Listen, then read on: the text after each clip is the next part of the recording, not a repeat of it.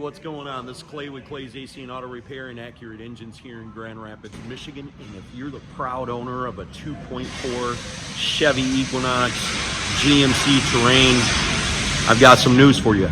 These things can leak oil like a sieve. But today I'm going to show you something super neat and super trick, how you can potentially avoid this catastrophic failure.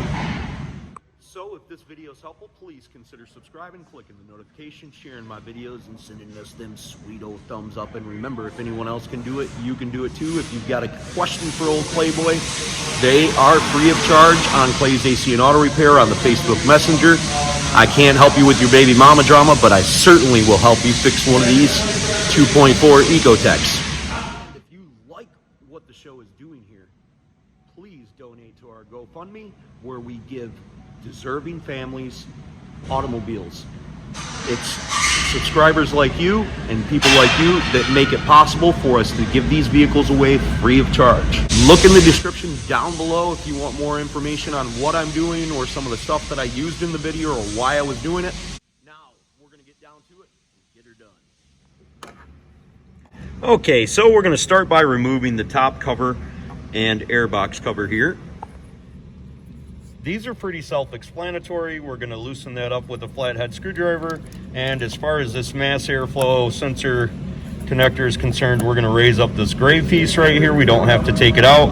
We're going to push down on the little clip right there, and we can push it towards itself if it don't want to remove real easy, and then pull it back sharply and it will come right off. Now we're going to take a T20 and we're going to remove the screws along the side of the airbox. There's one underneath there, and then I believe there's one right there. Total of 4 or 5.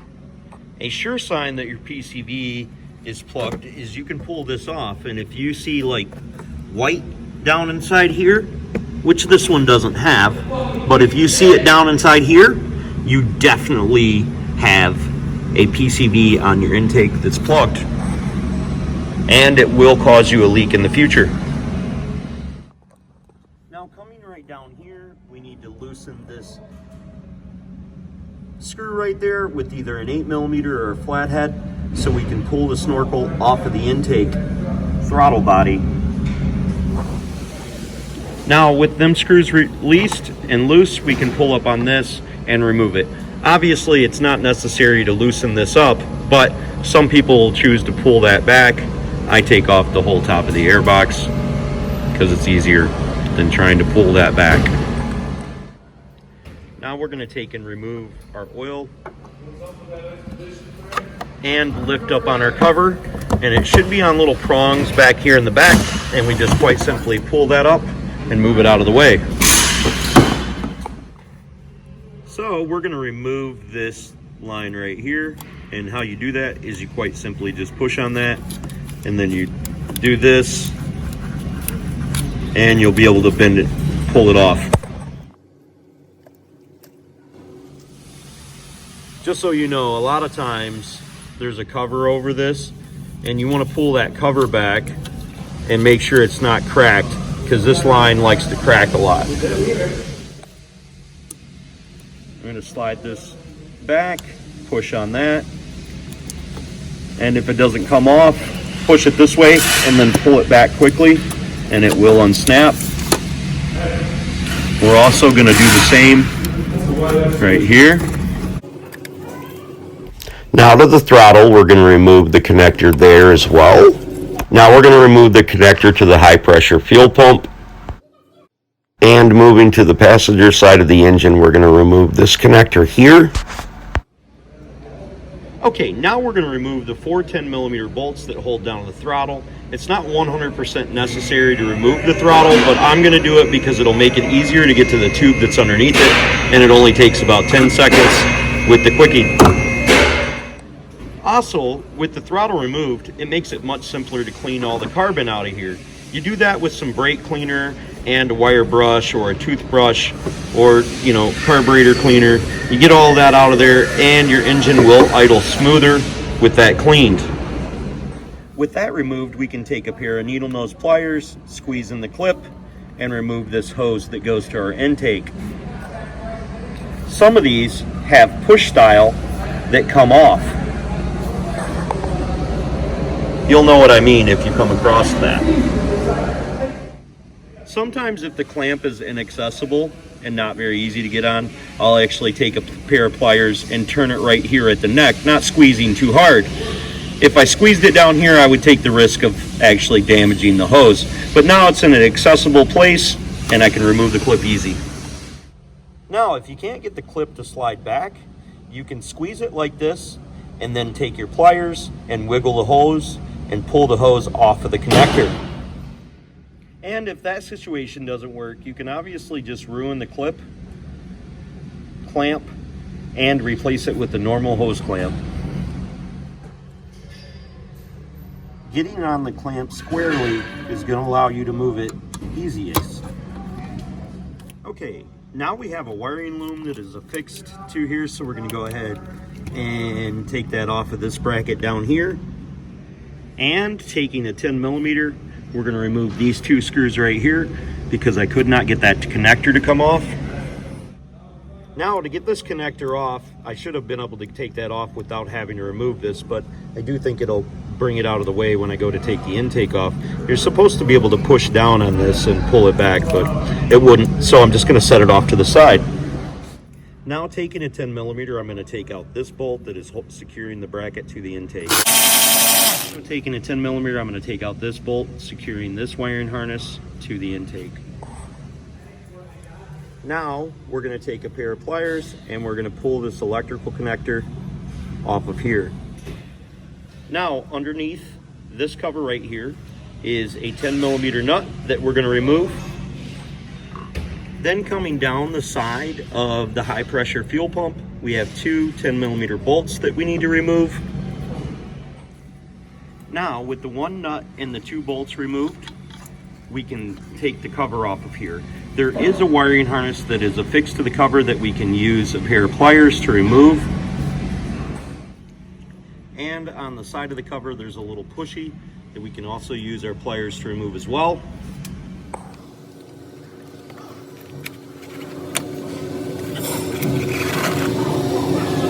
Bottom of this, there's one more pushy that we can remove to completely get the cover out of our way. Now we want to gently remove the rubber isolator right here. This will isolate sound, but also keeps this cool from temperatures inside the engine compartment. Okay, it's not 100% necessary to remove the high pressure fuel pump, but I'm going to do it because I'll get it out of my way and it'll be super simple and super quick. We're going to relieve the fuel pressure, take a 17mm wrench and remove the fuel line here, a 10mm, and take out these two bolts right here, and then we'll be able to set the high pressure fuel pump right to the side and it'll get it out of the way for removing the intake. High pressure fuel pump off. We're going to use a 17mm and loosen up the other line down there by the intake.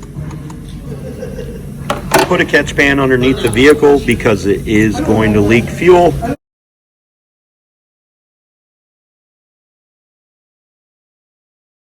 Just so you know, up inside there is a little shoe that goes up on the end of this, and it may come out with the fuel pump. It is possible to remove the fuel line with the cover on there, but I take it off because it's easier. In order to remove this fuel line, you're going to need a 3/8 fuel line tool, and you're going to stick it on there and then stick it up in here. And at the same time, you're going to push this way. And once this tool locks inside there, you're going to sharply pull it back and it'll come off of there. Make sure you have your fuel pressure relieved before you do that, because if you don't, it'll spray all over everywhere and you may get it inside your eyes. I like turtles. I didn't have anything to say while this was running. Now, for this isolator cover, you're going to want to grab it on both sides and gently raise it up past the studs and the screws to get it out of the way. Do not break it or discard it, and replace it when you are putting your intake back on. I'm taking a 13mm, and you can use an extension with a wobble on it like I have here, and get this one without having to remove the upper radiator hose. If you don't have that, it's probably easier to remove the upper radiator hose. Then we're going to remove the corresponding nuts and bolts that are holding down our intake. Taking a 10mm, we're going to remove the bolts that are securing the fuel line to the cylinder head. Now on the bottom of your intake, you're going to have a wire loom that's going to run down there, and we need to take that wire loom off. I will show you after the intake is removed where that wire loom was affixed to there. Taking my angled pliers, I put them around the fixed wire loom, and I will wiggle it and get that wire loom off of there. If you have not done so, I just bent this bracket out of the way. Now it's going to take some wiggling to get the intake out, but I'll move it out, pushing it up against the fan housing, and remove it. Now, I did have a little bit of trouble getting this intake out of here. I ended up going to the toolbox and grabbing a pry bar and pulling up on it. I was extremely careful not to actually break this. If you're going to do this at home, be extremely careful not to damage the intake as you remove it, or the wiring harness that we're going up against. I'm about to have this out of here in a moment. I'm going to double check and make sure my pry bar didn't crack my intake or damage the wiring harness. Okay, so if you're trying to avoid this ever making your seals blow out on your engine, you just take a little pick, and you don't want to open this hole up. You just want to make sure that this hole is free and knock down the carbon. Now you guys can't see it, but I could feel carbon inside there, okay? And that's extremely important, and I'm going to explain to you why not having this hole free is going to plug up and blow your gaskets out in your engine. Okay, so your engine is a giant air pump. Now, it pushes air out this way when your pistons come up, but as your pistons go down, it creates air movement on the inside of the engine. And the positive crankcase ventilation system is supposed to allow that air to escape.